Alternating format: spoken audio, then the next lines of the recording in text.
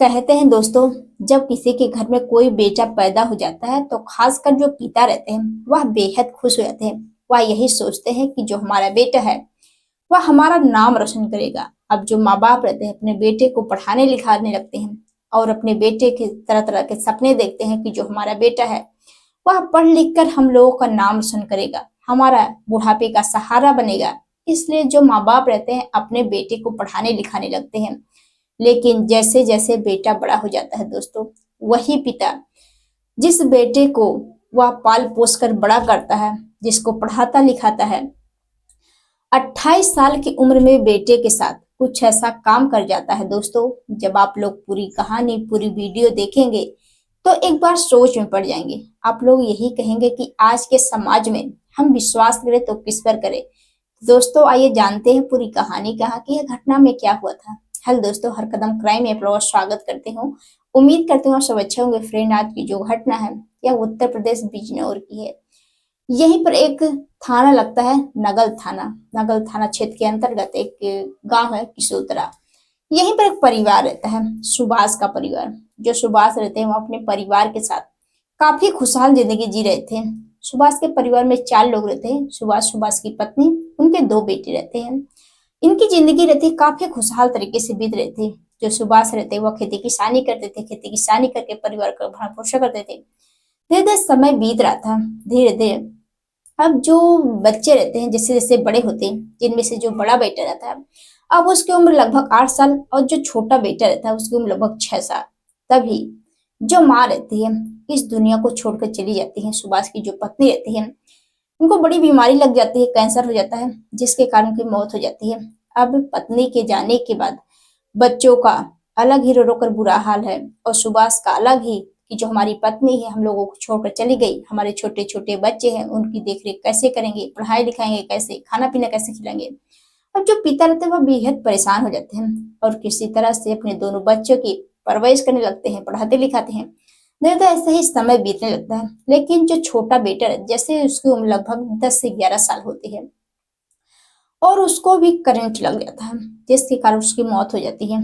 अब बेटे के जाने के बाद जो पिता रहता है वह टूट जाते हैं कि जो हमारा बेटा था वह भी इस दुनिया को छोड़कर चला गया। इकलौता ही हमारा बेटा है जिसका नाम सौरभ। अब बाप बेटे अपनी माँ को याद करते, भाई को याद करते, बेटे को याद करते और हमेशा बेहद परेशान रहते हैं कि अब हम दोनों ही बचे हैं।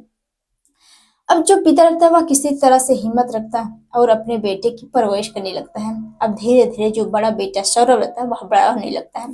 अब सुभाष यही सोचते हैं कि जो हमारा बेटा है धीरे धीरे बड़ा हो रहा है और वही कमाए धमाएगा, हमारी सारी दुख तकलीफें जो मुसीबतें हैं वह कट जाएंगी, बहू आ जाएगी तो घर की देखरेख करेगी। इसलिए जो सुभाष रहते हैं अब बेटे को पढ़ाने लिखाने लगते हैं और धीरे धीरे अब बेटे की उम्र लगभग 25 साल हो जाती है। और इधर जो सुभाष रहते हैं वह सोचते हैं क्यों ना बेटे की शादी कर दे। अब जो पिता रहते हैं वह लड़की देखना शुरू कर देते हैं। वह चाहते हैं कि अपनी बहू को, हम जिस बहू को देखें, जिसे अपने घर की बहू बनाए, वह पढ़ने लिखे में अच्छी हो, देखने में बेहद खूबसूरत हो, जो हमारा घर परिवार को देख सके, हम लोगों को खाना पीना बना के खिला सके, इज्जत करे। अब जो सुभाष रहते हैं अपनी यानी सॉरी अपनी बहू को देखने लगते हैं लड़की को। अब देखते देखते उन्हें एक लड़की पसंद आ जाती है जिसका नाम कविता रहता है।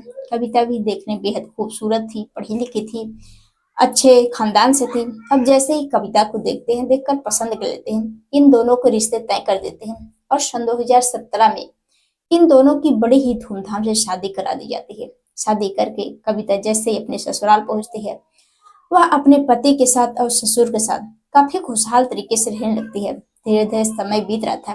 अब जैसे जैसे शादी के लगभग 4 से 5 महीने बीतते हैं और इधर जो पिता रहते हैं वह यही सोचते हैं कि बेटा जो सौरभ है अब तुम शहर जाओ कमाने के लिए, क्योंकि हम घर हैं, खेती बाड़ी का काम करेंगे, घर की देखरेख भी कर लेंगे और बहू आ गई है। अब घर में पैसों की जरूरत है क्योंकि शादी ब्याह में कितने खर्चे भी हुए थे और अपनी पत्नी की देखरेख के लिए, उसकी जरूरतों के लिए तुम्हें शहर जाना पड़ेगा। इसलिए जो पिता रहते हैं अपने बेटे से कहते हैं कि बेटा तुम शहर जाओ कमाने के लिए। अब बेटा जैसे बात सुनता है वह कहता है ठीक है पिता, आप घर रहिए, घर की देखभाल करिए और हम जा रहे हैं कमाने के लिए। अब जो बेटा रहता है कभी साल में, 2 साल में, 1.5 साल में जब भी उसका मन करता तो घर आता, और वह ज्यादातर वह जो है शहर में ही गुजारता था। इधर जो पत्नी रहती है कविता, वो अपने ससुर के साथ घर रहने लगती है। धीरे धीरे समय बीत रहे थे। धीरे धीरे जो इधर सौरभ रहते हैं वह शहर थे, और इधर जो सुभाष रहते हैं वह खेती किसानी करके जैसे ही शाम के समय घर पहुंचते हैं और अपनी बहू से कहते हैं कि बहू मुझे बहुत तेज भूख लगी, मुझे खाना दे दो। अब जो बहू रहती है वह कहती है ठीक है बाबूजी, हम खाना लेकर आ रहे हैं। अब जो बहू रहती है वह खाना पीना लेकर अपनी ससुर के कमरे में जाती है, और खाना पीना खाने के बाद इधर जो बहू रहती है वह भी खाना पीना खाने के बाद अपना काम करके वह भी सोने के लिए चली जाती है।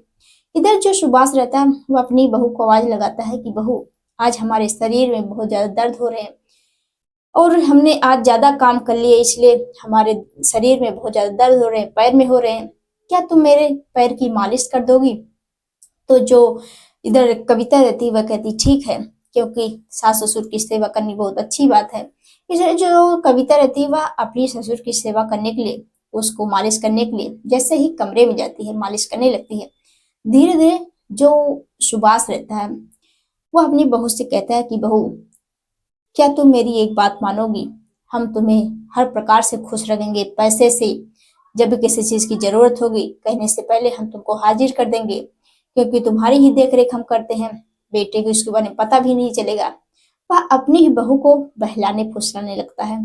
तो जो बहू रहती है वह अपने ही ससुर की बातों में आ जाती है। वह कहती ठीक है कि हमारे पति को इसके बारे में मालूम नहीं होगा, और सास जो बहू रहते हैं और दोनों एक दूसरे के जो करीब आ जाते हैं, और इन दोनों का जब भी मन करता एक दूसरे के साथ संबंध बनाते थे।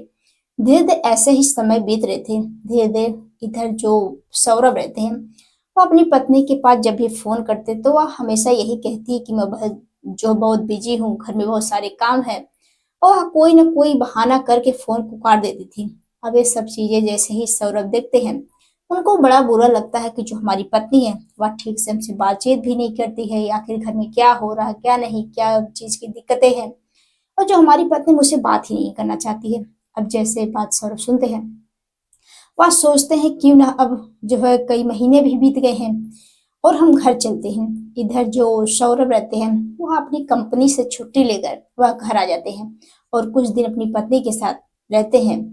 पहले तो जो पत्नी रहती है कविता अपने पति के साथ ठीक ठाक से रहती है, लेकिन जैसे जैसे लगभग महीने बीतते हैं अब पत्नी का जो रवैया रहता है वह बदलने लगता है कि जो हमारा पति है वह हमें छोड़कर जा नहीं रहा है और अपने ससुर से मिल नहीं पा रहे हैं, क्योंकि जो ससुर रहता है जब भी वह मिलता है अकेले में तो कहता है कि तुम मुझे भूल गए, मुझे प्यार नहीं करती। अब वह पति को देखे या ससुर को देखे इसलिए वह बेहद परेशान हो जाती है।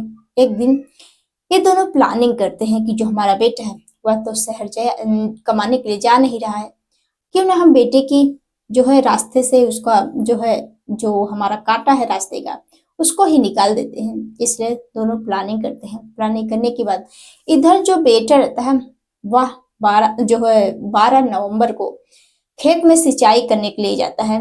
अब जैसे वहां पर जाता है धीरे धीरे शाम होने लगती है और इधर जो सास सॉरी जो ससुर और बहू रहते हैं वह एक दूसरे के साथ आपत्तिजनक स्थिति में रहते हैं। अब इधर जो बेटा रहता है जैसे ही घर पहुंचता है और इन दोनों को जो आपत्तिजनक स्थिति में देख लेता है, अब जैसे ही देखता है उसका खून खौल उठता है कि जो हमारा पिता है वह हमारी ही पत्नी के साथ ऐसा काम कर रहा है। अब उसको जो है सारी मालूम हो जाता है। जो गांव के लोग रहते हैं वह भी सारी बात बताते हैं कि इन लोगों कई सालों से अफेयर चल रहा है, तुमको इसके बारे में मालूम ही नहीं। अब ये सब चीजें जैसे ही सौरभ सुनता है उसको बड़ा बुरा लगता है कि हमारी पत्नी हमारा पिता हमें ही धोखा दे रहे हैं। इधर ये दोनों प्लानिंग करते हैं। प्लानिंग के साथ अब इधर जैसे ही 13 नवंबर होता है इधर जो बेटा रहता है फिर से खेतों में जाता है वह सिंचाई करने के लिए। दोपहर का समय रहता है और इधर जो पिता रहता है वह गुस्से में आग बाबूला था कि क्योंकि जो बेटा रहता है वह भला भला अपने पिता को कहा था कि तुम्हें शर्म नहीं आती है कि तुम अपने ही बहू के साथ ऐसा काम कर रहे हो। अब वह गुस्से में आग बबूला था और दोपहर के समय वह खेत में पहुंचता है। उसके बगल में ही गन्ने की खेत थे। अब जैसे वहां पर पहुंचता है वह पहले तो अब पीछे से अपने ही बेटे के ऊपर वार करने लगता है। पहले गोली मारने की कोशिश करता है लेकिन किसी तरह से जो गोली रहती है वह बगल से निकल जाती है और उसको नहीं लगती है। अब पिता के पास में फावड़ा रखा हुआ था और अपने ही बेटे के ऊपर वह ताबड़तोड़ वार करने लगता है जब तक उसकी मौत ना हो जाए। अब जैसे ही बेटे की मौत होती है और धीरे धीरे शाम होने लगता है और बेटे की लाश को जो है उस गन्ने के खेत में फेंक देता है और घर पहुंच जाता है और अपनी बहू से कहता है कि सारा काम हो गया है। अब जैसे जैसे जो है रात बीतते हैं, सुबह होता है। अब वही पिता और जो पत्नी रहती है वह नजदीकी पुलिस थाने जाते हैं। पुलिस थाने जाकर पुलिस वालों से सारी बात बताते हैं कि साहब, जो हमारा बेटा है कल से घर से गायब है। मुझे नहीं मालूम कि जो हमारा बेटा कहाँ चला गया। हमने अपने बेटे की बहुत ही ढूंढने की कोशिश की, बेटा मिल नहीं रहा। अब जो पुलिस वाले रहते हैं अब बेटे की ढूंढने की कोशिश करने लगते हैं, लेकिन जो गांव के लोग रहते हैं जैसे ही सुबह मैदान की तरफ जो है जाते हैं उस गन्ने में, तो देखते हैं वहां पर सौरभ की लाश पड़ी हुई है और जो उसके पिता है वह इधर उधर ढूंढ रहे हैं। इधर जो पत्नी रहती है वह रोने धोने की नाटक करती, बार बार बेहोश हो जाती, इसलिए इन दोनों को ऊपर शक नहीं होता है। तो जो गांव के लोग रहते हैं घर वालों को बुलाते हैं, पिता को बुलाते हैं, सुभाष को, पत्नी कविता को, और ये दोनों जैसे ही लाश के पास पहुंचते हैं वह दहाड़े मार मार कर रोने लगते हैं कि आखिर हमारे बेटे के साथ जो ऐसा कौन किया। पत्नी कहती है कि हमारे पति के साथ ऐसा कौन किया। अब पुलिस जैसे ही जो है वहां पर पहुंचती है और उन लोगों से पूछताछ करती है, तो जो गांव के लोग रहते हैं वो बताते हैं कि साहब मुझे तो नहीं मालूम, लेकिन जो पिता रहता है वह बार बार यही कहता है कि किसी जानवर ने हमारे बेटे के ऊपर हमला किया जिसके कारण उसकी मौत हो गई। अब किसी को इन दोनों के ऊपर शक नहीं होता है, तो जो पुलिस वाले रहते हैं वह सोचते हैं क्यों ना इस लाश को पोस्टमार्टम के लिए भेज देते हैं। अब जैसे ही पोस्टमार्टम की रिपोर्ट आती है उसमें साफ क्लियर हो जाता है कि किसी भारी भरकम चीज से पीछे से वार किया गया जिसके कारण उनकी मौत हुई है। अब जो पुलिस वाले रहते हैं वह पिता से पूछताछ करते हैं, क्या किसी से लड़ाई झगड़े, किसी से जमीनी विवाद, क्या किसी से कोई रंजिश। तो जो पिता रहता है वह बताता कि नहीं साहब, हमारी तो किसी से लड़ाई झगड़े नहीं, हम तो बहुत ही गरीब जो है इंसान है, हम बहुत ही सीधे साधे हैं। जैसे ही पुलिस वाले बात सुनते हैं अब इन दोनों से, क्योंकि पिता के ऊपर शक होता है कि जो पिता रहता है वह बातों को गोल गोल घुमा रहा था और वह बार बार रोने धोने का नाटक करता। अब जो पुलिस वाले रहते हैं पिता के ऊपर शक होता है क्योंकि वह बार बार अपनी बहू के पास जाता है। अब जो पिता रहते हैं जब उसे कड़ाई से पूछताछ की जाती है तो वही पिता टूटता है और सारी सच्चाई बताने लगता है। वह बताता है कि साहब, हमारी हमारी बहू के साथ नाजायज रिश्ते थे जिससे हमारा बेटा आपत्तिजनक स्थिति में देख लिया था, जिसके कारण हमने अपने ही बेटे की बड़ी बेरहमी से हत्या कर दिया। अब जैसे बात पुलिस वाले सुनते हैं अब पिता को पकड़कर गिरफ्तार करके जेल भेज देते हैं। इधर जो पत्नी रहते हैं उसको भी पकड़कर जेल भेज देते हैं। तो दोस्तों, आप लोग इस घटना के बारे में क्या कहना चाहते हैं कमेंट बॉक्स में जरूर बताइएगा। आप लोगों को यह कहानी पहुंचाने का मकसद किसी को परेशान करना नहीं है, बल्कि आप लोगों को जागरूक करना है, सचेत करना है कि आप लोग भी ऐसे ऐसे घटनाएं से बचे, अपने घर परिवार वालों को बचाए। कल के दिन जो लोग कमेंट किए थे, अब होते हैं उन लोगों की बारी। सबसे पहले है पुष्पा देहाती जी हैं, मुकेश कुमार जी हैं न्यू दिल्ली से, प्रमोद सिंह जी हैं, जो लोग बहुत अच्छे अच्छे कमेंट करते हैं, अच्छा सुझाव भी देते हैं, उन लोगों को तहे दिल से शुक्रिया। तो दोस्तों मिलते हैं नेक्स्ट वीडियो में, तब तक के लिए जय हिंद, जय भारत।